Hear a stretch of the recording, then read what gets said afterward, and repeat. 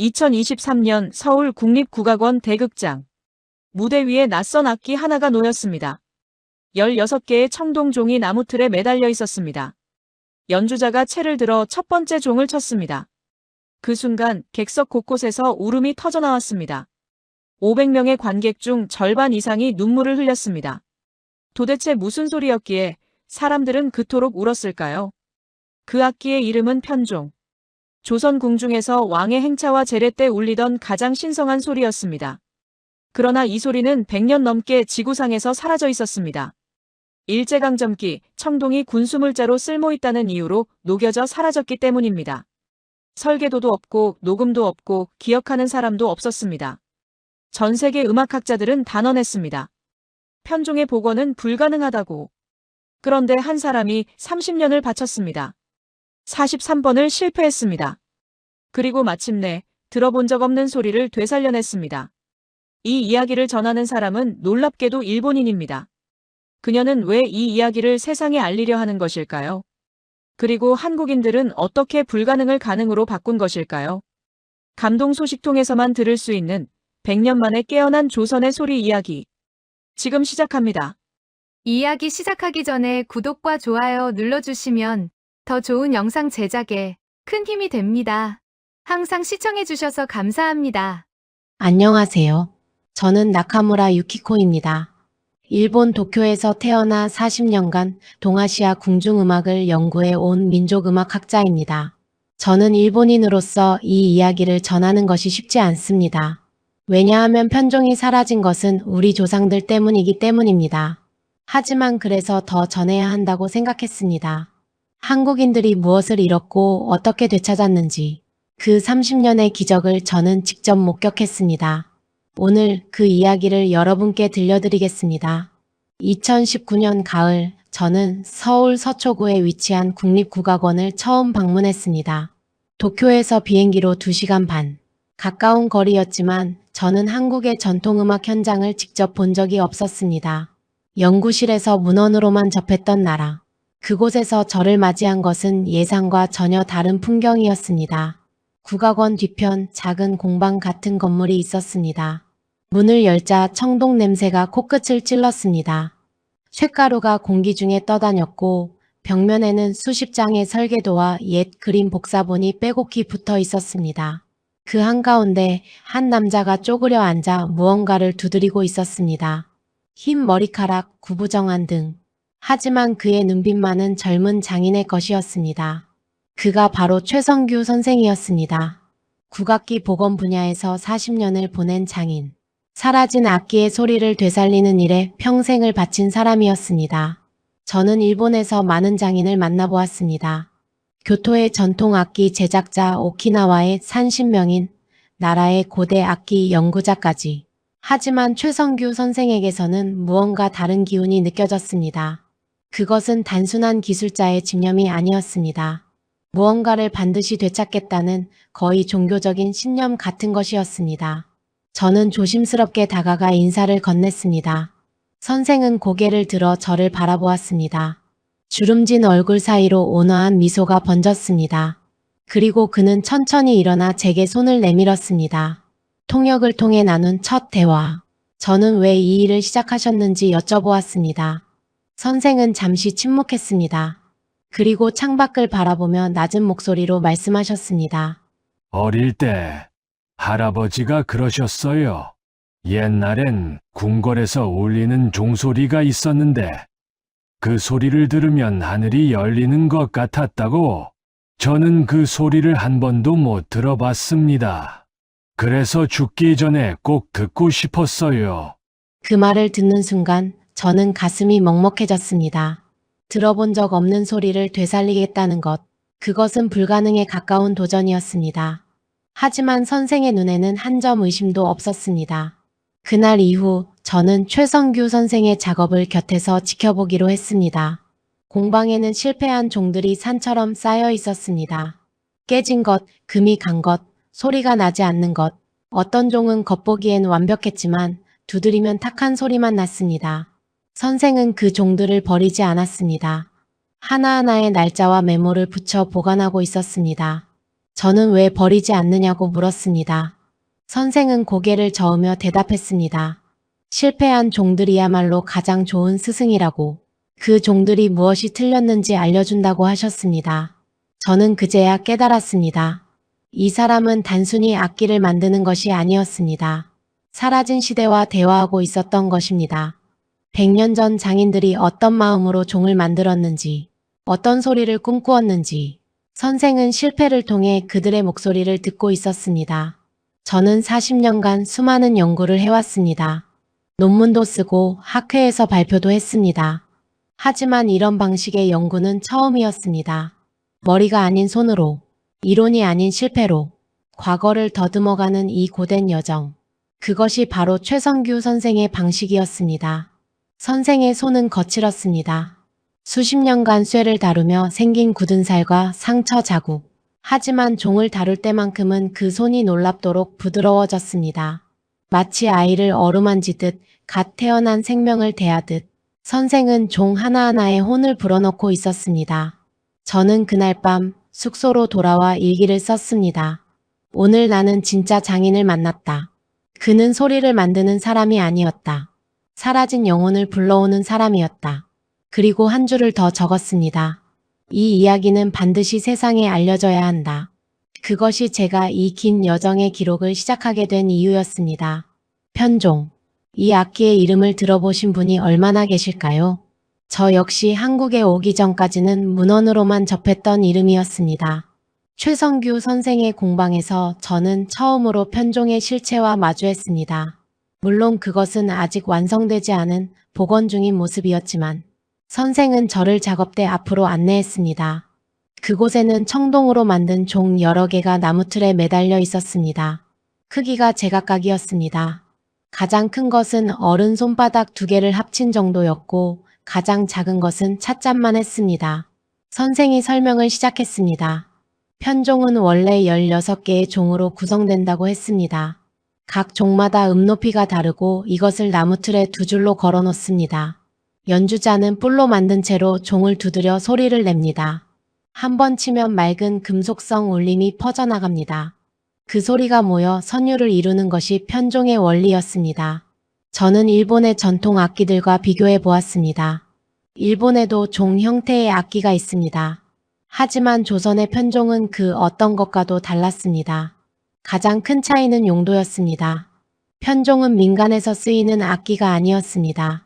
오직 궁중에서만, 그것도 가장 중요한 의례에서만 연주되었습니다. 왕의 즉위식, 종묘 제례, 외국 사신을 맞이하는 연회, 나라의 위엄을 하늘에 알리는 순간 편종이 울렸습니다. 선생은 옛 기록을 보여주었습니다. 조선왕조실록에 남아있는 편종 관련 기사들이었습니다. 세종 때 편종이 새로 제작되었다는 기록, 영조 때 연회에서 편종이 연주되었다는 기록, 그 기록들을 읽으며 저는 놀라움을 금치 못했습니다. 조선의 왕들은 편종의 소리에 각별한 의미를 부여했습니다. 종의 울림이 맑으면 나라가 평안하다는 징조로 여겼습니다. 반대로 종소리가 탁하면 불길한 조짐으로 해석했습니다. 편종은 단순한 악기가 아니었습니다. 하늘과 인간을 연결하는 신성한 매개체였던 것입니다. 저는 선생에게 물었습니다. 그렇다면 이 종의 소리는 어떤 느낌이었을까요? 선생은 잠시 생각에 잠겼습니다. 그리고 천천히 말문을 열었습니다. 기록에 따르면 편종 소리는 깊고 묵직하되 맑았다고 합니다. 한 번 울리면 여운이 길게 남아 마음을 정화시켰다고 해요. 저는 그 소리를 상상만 합니다. 아직 제가 만든 종에서는 그런 소리가 나지 않아요. 선생의 목소리에는 아쉬움이 묻어 있었습니다.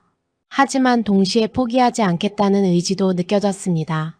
저는 편종의 구조를 더 자세히 살펴보았습니다. 종의 표면에는 정교한 문양이 새겨져 있었습니다. 용, 구름, 연꽃, 조선 궁중의 상징들이 작은 종 위에 빼곡히 담겨 있었습니다.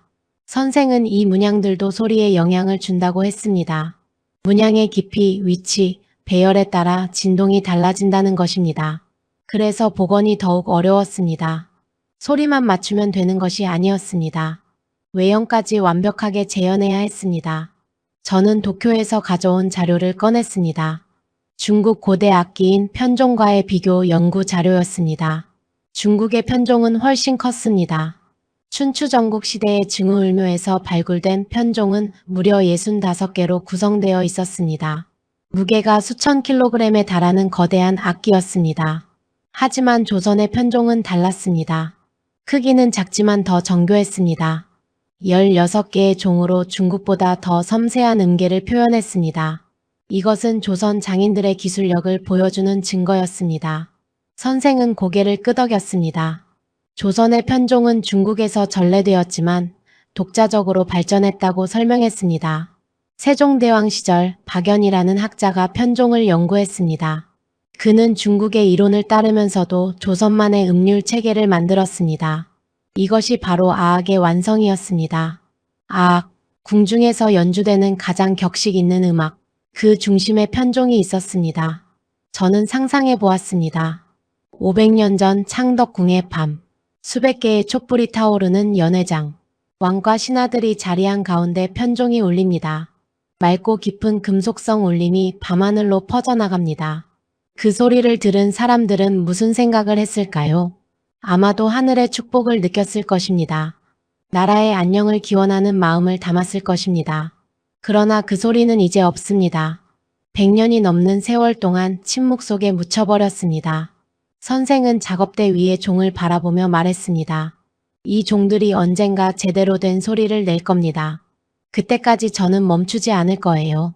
그 눈빛에는 흔들림이 없었습니다. 저는 그제야 이해했습니다. 편종을 복원한다는 것은 단순히 악기를 만드는 일이 아니었습니다.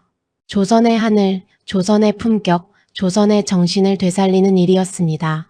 그리고 그 무거운 사명을 이 한 사람이 짊어지고 있었습니다. 저는 이 부분을 말씀드리기가 조심스럽습니다. 일본인으로서 저는 우리 조상들이 이 땅에서 무슨 일을 했는지 알고 있습니다. 하지만 역사를 외면한다면 진정한 이해는 불가능합니다. 그래서 저는 있는 그대로 말씀드리겠습니다.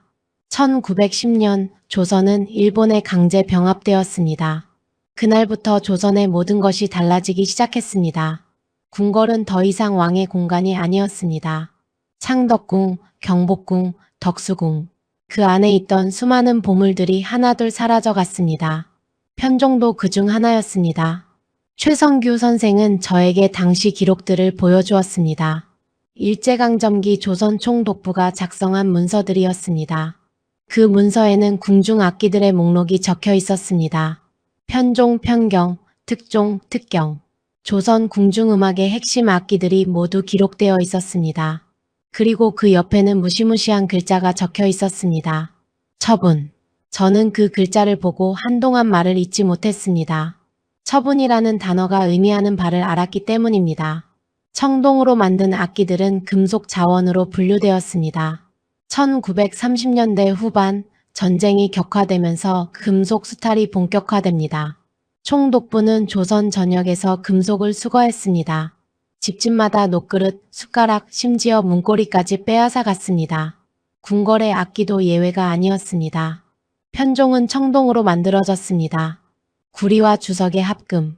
이것은 무기를 만드는 데 쓸 수 있는 귀중한 자원이었습니다. 선생은 담담한 목소리로 설명했습니다.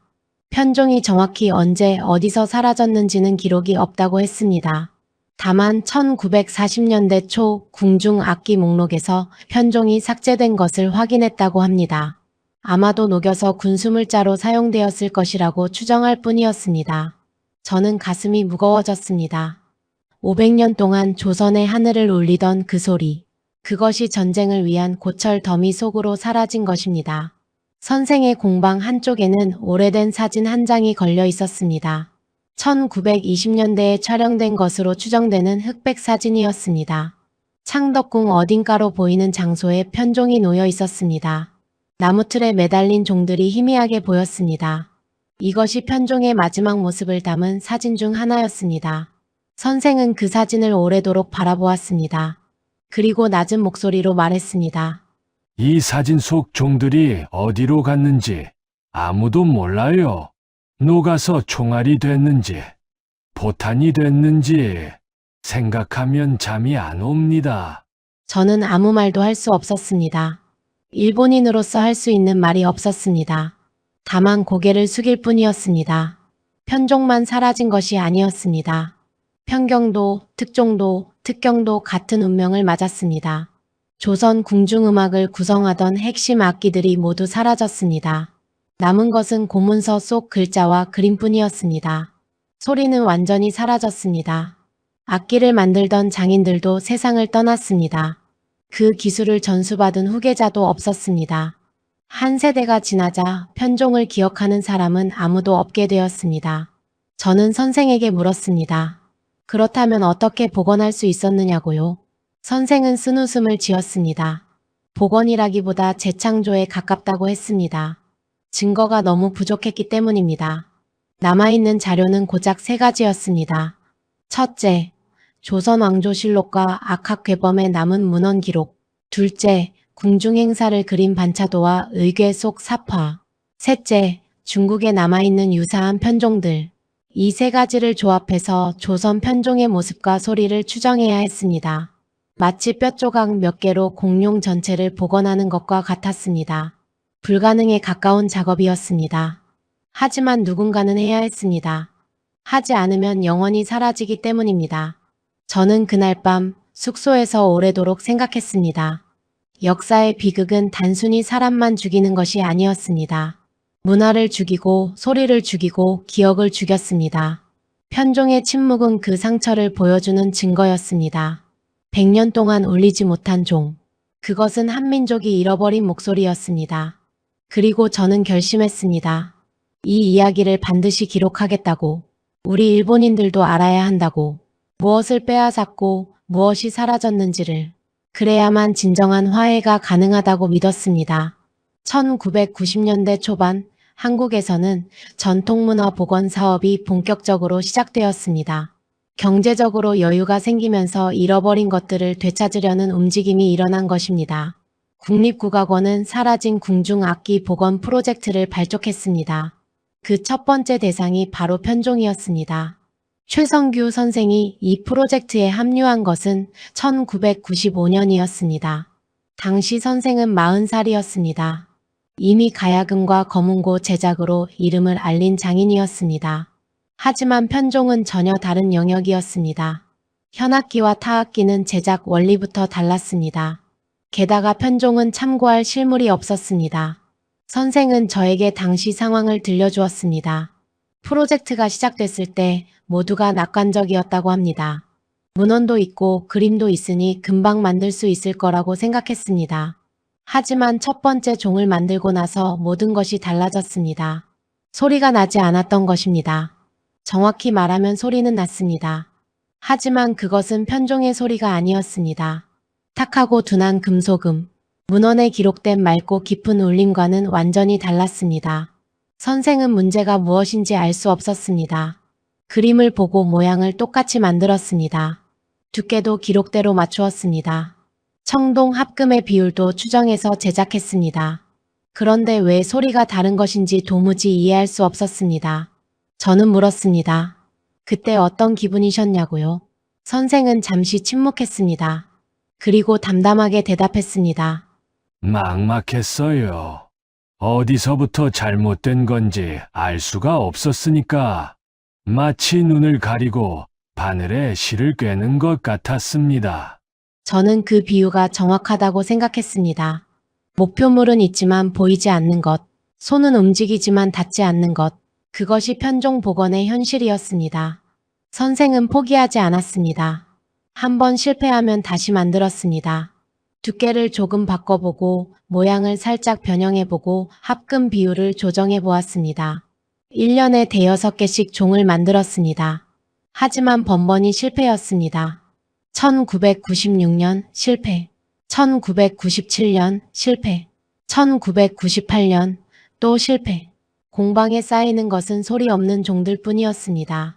선생은 새로운 방법을 시도했습니다. 옛 그림을 확대해서 분석하기 시작한 것입니다. 의궤에 실린 편종 그림을 수십 배로 확대했습니다. 그리고 그림 속 종의 그림자를 연구했습니다.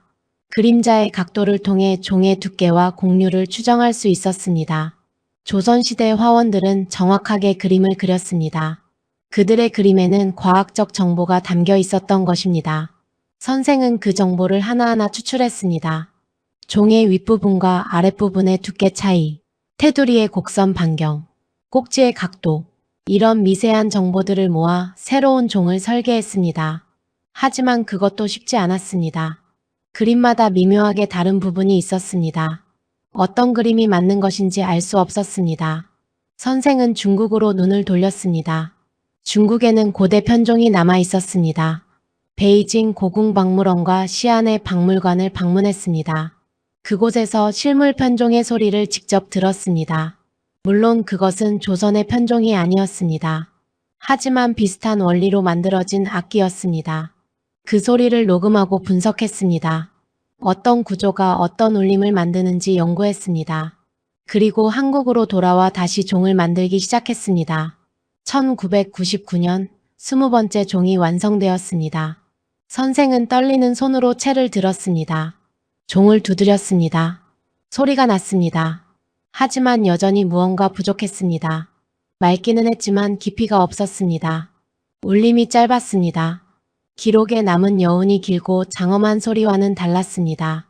선생은 그날 밤 공방에 홀로 앉아 있었다고 합니다. 20번의 실패, 5년의 세월, 보이지 않는 목표를 향해 달려온 시간들. 그때 선생은 처음으로 포기를 생각했다고 합니다. 어쩌면 이것은 인간의 힘으로 불가능한 일인지도 모른다고, 사라진 것은 영원히 사라진 것인지도 모른다고. 하지만 선생은 포기하지 않았습니다. 무엇이 선생을 붙잡았을까요? 저는 그 질문의 답을 나중에야 알게 되었습니다. 2001년 전환점이 찾아왔습니다. 국립국악원의 편종복원 프로젝트 소식이 학계에 알려지면서 뜻밖의 연락이 왔습니다. 서울대학교 음향공학 연구팀이었습니다. 그들은 최성규 선생의 작업에 관심을 보였습니다. 과학의 힘으로 도움을 주고 싶다는 제안이었습니다. 선생은 처음에 망설였다고 합니다. 장인의 세계에서 과학이라는 단어는 낯선 것이었습니다. 손끝의 감각과 오랜 경험으로 악기를 만들어 온 사람. 숫자와 공식으로 소리를 설명하는 것이 가능할까? 하지만 선생은 결국 제안을 받아들였습니다. 6년간의 실패가 선생을 겸손하게 만들었기 때문입니다. 혼자의 힘으로는 한계가 있다는 것을 인정한 것입니다. 저는 2019년에 그 협업의 결과물들을 직접 보았습니다. 연구팀이 남긴 자료들이 공방 한쪽에 보관되어 있었습니다. 수백 장의 그래프, 분석표, 시뮬레이션 결과물. 그것은 장인의 공방과는 전혀 다른 세계의 언어였습니다. 연구팀은 먼저 기존에 실패한 종들을 분석했습니다. 엑스레이 촬영을 통해 내부 구조를 살펴보았습니다. 그리고 놀라운 사실을 발견했습니다. 종의 내부에 미세한 기포들이 있었던 것입니다. 육안으로는 보이지 않는 아주 작은 공기 방울들. 이것이 소리의 울림을 방해하고 있었습니다. 청동을 녹여 종을 주조할 때 온도 관리가 핵심이었습니다. 너무 뜨거우면 기포가 생기고 너무 차가우면 균열이 생깁니다.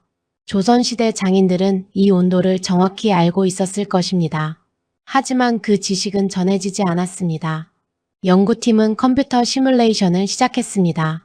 다양한 온도와 냉각 속도를 가상으로 실험했습니다. 수천 번의 시뮬레이션 끝에 최적의 조건을 찾아냈습니다. 섭씨 1083도에서 주조를 시작해 분당 2도씩 냉각. 이 조건에서 기포가 가장 적게 생성되었습니다.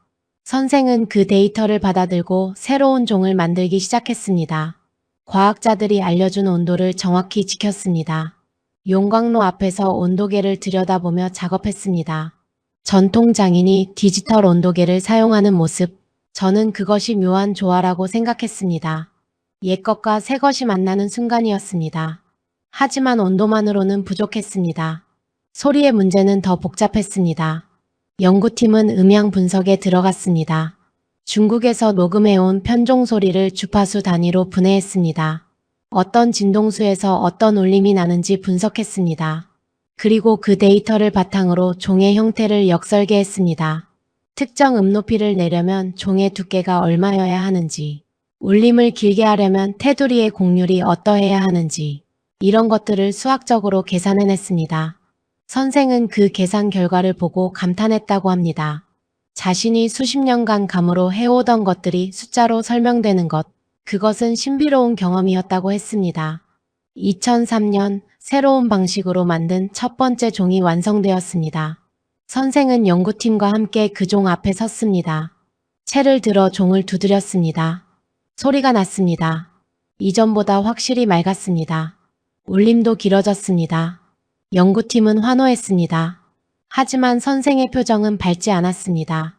저는 당시 영상 기록을 보았습니다. 선생은 고개를 저으며 말했습니다. 좋아지긴 했어요. 하지만 아직 멀었습니다. 이건 편종 소리가 아니에요. 뭔가 빠져 있어요. 과학자들은 의아해했습니다. 데이터상으로는 목표에 가까워졌는데 무엇이 부족하다는 것인지 선생은 설명하기 어렵다고 했습니다.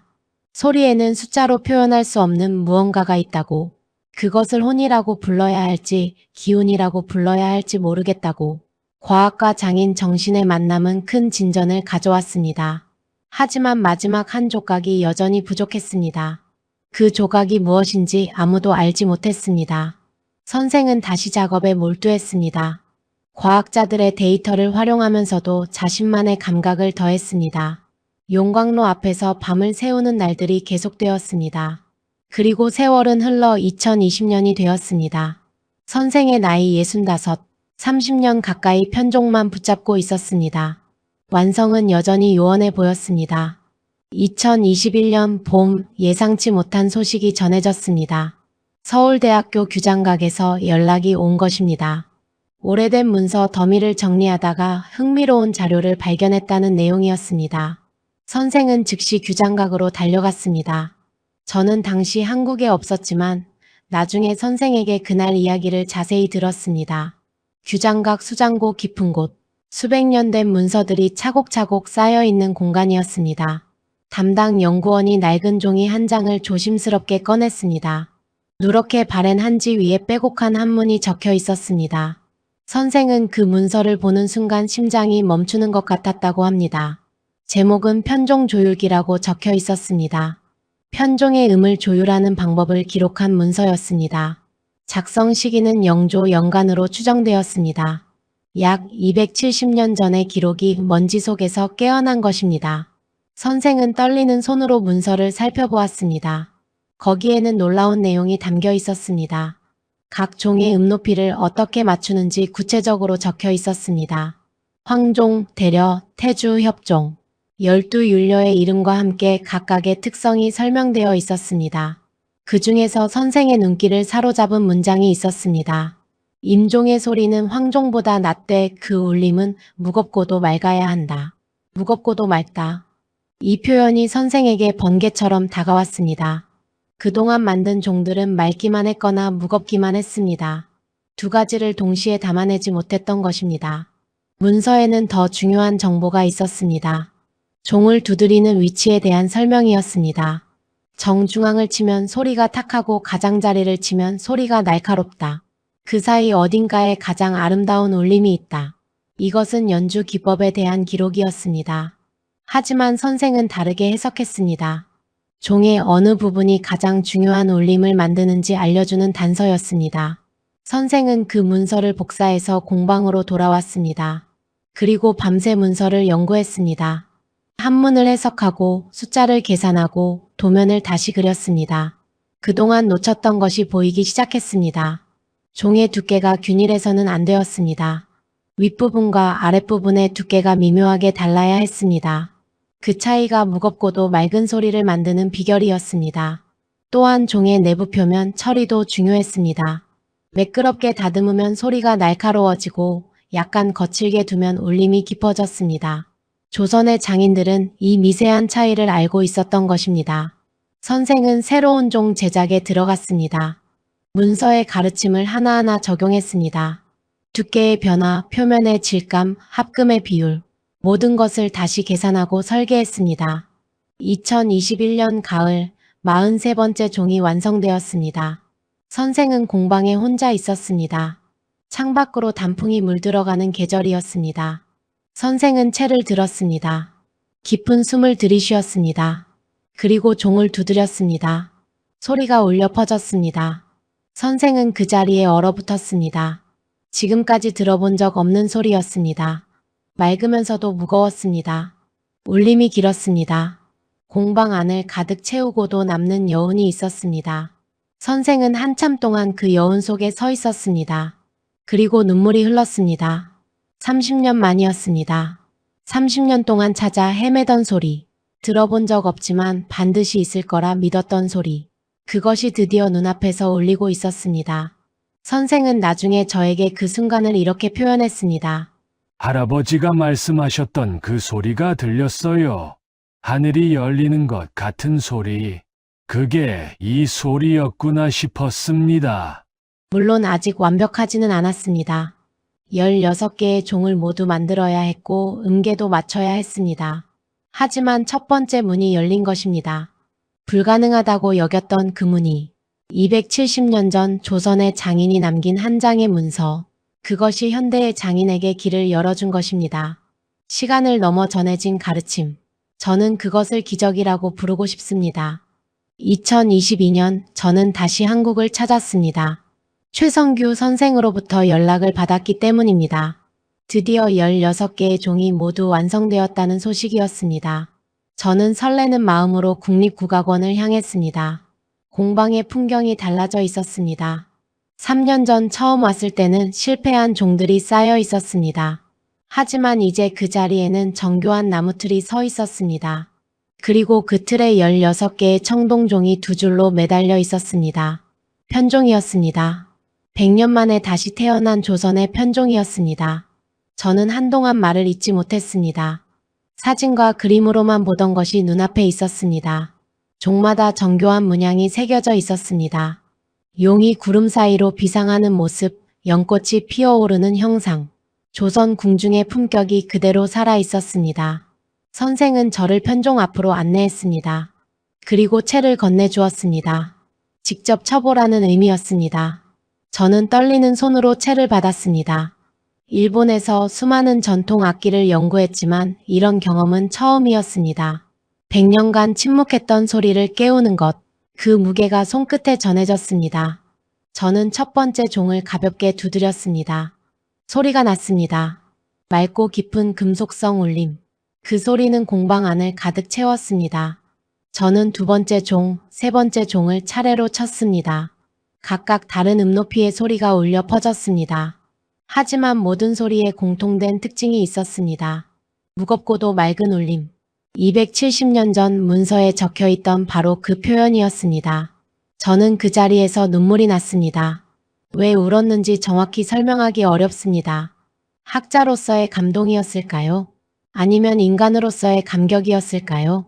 분명한 것은 그 소리가 제 마음 깊은 곳을 울렸다는 것입니다. 선생은 저를 바라보며 미소 지었습니다. 그리고 조용히 말했습니다. 선생님, 이 소리는 완벽하지 않습니다. 조선시대 편종 소리가 정확히 이랬는지는 아무도 모릅니다. 하지만 저는 이 소리에 조선의 숨결이 담겨 있다고 믿습니다. 저는 고개를 끄덕였습니다. 완벽한 복원은 불가능할지도 모릅니다. 시간을 되돌릴 수는 없기 때문입니다. 하지만 중요한 것은 완벽함이 아니었습니다. 사라진 것을 되찾으려는 노력 그 자체가 의미 있는 것이었습니다. 2023년 봄 국립국악원 대극장에서 특별 연주회가 열렸습니다. 복원된 편종의 첫 공개 연주였습니다. 저도 초대를 받아 그 자리에 참석했습니다. 객석은 가득 찼습니다. 젊은 사람들도 있었지만 대부분은 중년 이상의 어르신들이었습니다. 어쩌면 그들의 부모님 세대가 마지막으로 편종 소리를 들었을지도 모릅니다. 무대 중앙에 편종이 놓였습니다. 조명이 청동 표면을 비추자 은은한 광채가 났습니다. 연주자가 천천히 무대로 걸어 나왔습니다. 객석이 조용해졌습니다. 숨소리조차 들리지 않았습니다. 연주자가 채를 들었습니다. 그리고 첫 번째 종을 쳤습니다. 소리가 울려 퍼졌습니다. 대극장 전체가 그 울림으로 가득 찼습니다. 100년간 침묵했던 소리, 조선의 하늘을 울리던 그 소리가 다시 태어난 순간이었습니다. 저는 객석을 둘러보았습니다. 많은 사람들이 눈물을 흘리고 있었습니다. 한할머니는 두 손을 모으고 기도하듯 고개를 숙이고 있었습니다. 그 모습을 보며 저는 깨달았습니다. 이 소리는 단순한 음악이 아니었습니다. 잃어버린 시간을 되찾는 의식이었습니다. 끊어진 기억을 잇는 달이었습니다. 연주가 끝나고 객석에서 박수가 터져 나왔습니다. 최성규 선생이 무대로 올라왔습니다. 흰 머리카락, 구부정한 등. 하지만 그 얼굴에는 평화로운 미소가 번져 있었습니다. 30년의 여정이 끝난 것입니다. 아니, 끝난 것이 아니라 새로운 시작이었습니다. 이제 이 소리는 다시 울릴 수 있게 되었습니다. 다음 세대에게 전해질 수 있게 되었습니다. 연주회가 끝난 후 저는 오랫동안 생각에 잠겼습니다. 도대체 무슨 일이 일어난 것일까? 왜 이렇게 많은 사람들이 울었을까? 그것은 단순히 아름다운 소리를 들었기 때문이 아니었습니다. 저는 확신합니다. 그날 사람들이 되찾은 것은 소리가 아니었습니다. 그들의 정체성이었습니다. 한민족이 100년간 잃어버렸던 자부심이었습니다. 저는 40년간 동아시아 음악을 연구해왔습니다. 중국의 고대 악기, 일본의 전통 음악, 몽골의 유목민 노래까지. 하지만 편종 복원 프로젝트만큼 저를 놀라게 한 것은 없었습니다. 세계적으로 유례가 없는 일이었기 때문입니다. 생각해 보십시오. 설계도도 없이, 실물도 없이, 소리조차 들어본 적 없이, 오직 옛 문헌과 그림, 그리고 집념만으로 악기를 되살려낸 것입니다. 국제민족음악학회에서 이 소식이 전해졌을 때 모두가 놀랐습니다. 불가능하다고 여겼던 일을 한국인들이 해냈기 때문입니다. 독일의 한 동료는 이렇게 말했습니다. 한국인들은 잃어버린 것을 되찾는데 천재적이라고. 저는 그 말에 동의하면서도 한 가지를 덧붙이고 싶었습니다. 천재성이 아니라 집념이라고. 포기하지 않는 끈기라고. 최성규 선생은 30년을 바쳤습니다. 인생의 절반 이상을 하나의 악기에 쏟아부었습니다. 20번, 30번, 40번의 실패에도 멈추지 않았습니다. 그것은 단순한 직업의식이 아니었습니다. 조상에 대한 예의였습니다. 후손에 대한 책임이었습니다. 끊어진 것을 다시 잇겠다는 거룩한 사명감이었습니다. 저는 일본인으로서 이 이야기를 전하며 복잡한 감정을 느낍니다. 편종이 사라진 것은 일본 제국주의 때문이었습니다. 우리 조상들이 이 땅의 문화를 짓밟았기 때문이었습니다. 그 역사적 사실은 바꿀 수 없습니다. 하지만 한국인들은 원망에 머물지 않았습니다. 대신 복원을 선택했습니다. 과거를 탓하기보다 미래를 만들어가기로 한 것입니다. 저는 그 선택에 깊은 존경을 표합니다. 편종 복원은 세계 음악사에 기록될 사건입니다. 하지만 더 중요한 것은 그 의미입니다. 사라진 것도 되찾을 수 있다는 희망, 포기하지 않으면 불가능도 가능해진다는 믿음. 한국인들은 그것을 온 세계에 보여주었습니다. 연주의 다음 날, 저는 최성규 선생을 다시 만났습니다. 공방에서 차를 마시며 이야기를 나누었습니다. 저는 선생에게 물었습니다. 이제 끝났으니 무엇을 하실 것이냐고. 선생은 고개를 저었습니다. 그리고 창밖을 바라보며 말했습니다. 끝난 게 아닙니다. 편종은 시작일 뿐이에요. 사라진 악기가 얼마나 많은데요. 변경도, 특종도, 방향도 있습니다. 제가 살아있는 동안 하나라도 더 되살려야지요. 저는 그 말을 듣고 할 말을 잃었습니다. 이른을 바라보는 나이에 새로운 도전을 이야기하는 사람. 완성의 기쁨에 취하지 않고 다음 목표를 향해 나아가는 사람. 이것이 한국인들의 저력인가? 저는 그렇게 생각했습니다.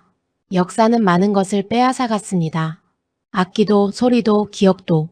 하지만 빼앗아가지 못한 것이 있었습니다.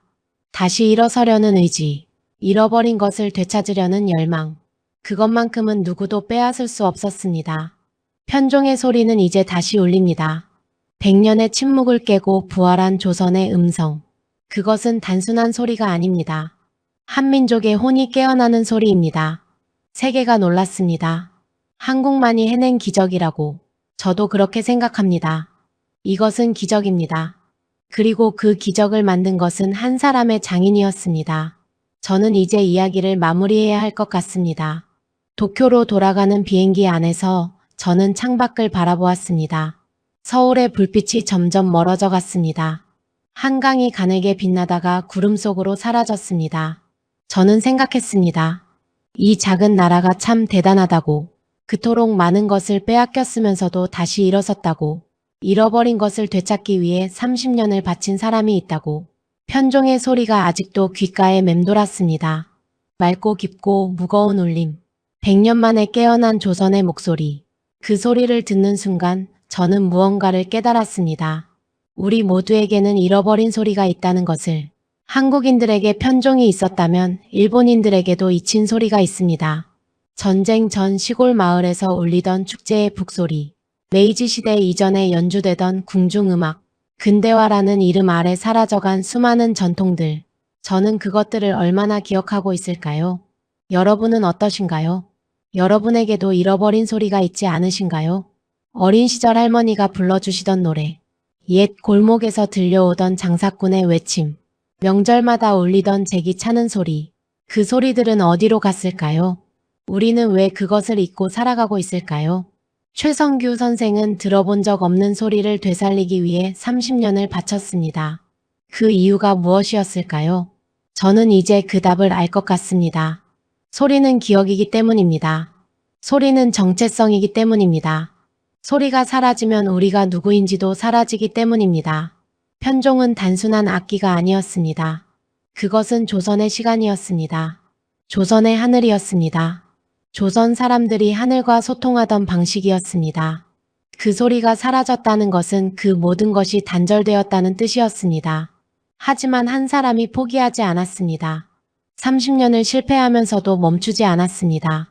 그리고 마침내 그 소리를 되찾았습니다. 저는 이 이야기를 통해 한 가지를 전하고 싶습니다. 잃어버린 것을 되찾는 일은 결코 헛된 것이 아닙니다. 과거를 기억하는 것은 나약함이 아닙니다. 그것은 오히려 가장 큰 용기입니다. 시간과 싸워 이기려는 인간의 위대한 도전입니다. 여러분, 오늘 제가 들려드린 이야기가 마음에 남으셨기를 바랍니다. 저는 일본으로 돌아가지만 이 기억은 평생 간직할 것입니다. 한국에서 만난 한 장인. 그가 되살린 조선의 소리. 그것은 제 인생에서 가장 감동적인 경험이었습니다. 마지막으로 여러분께 질문을 드리겠습니다. 여러분은 마지막으로 들은 우리 소리를 기억하십니까?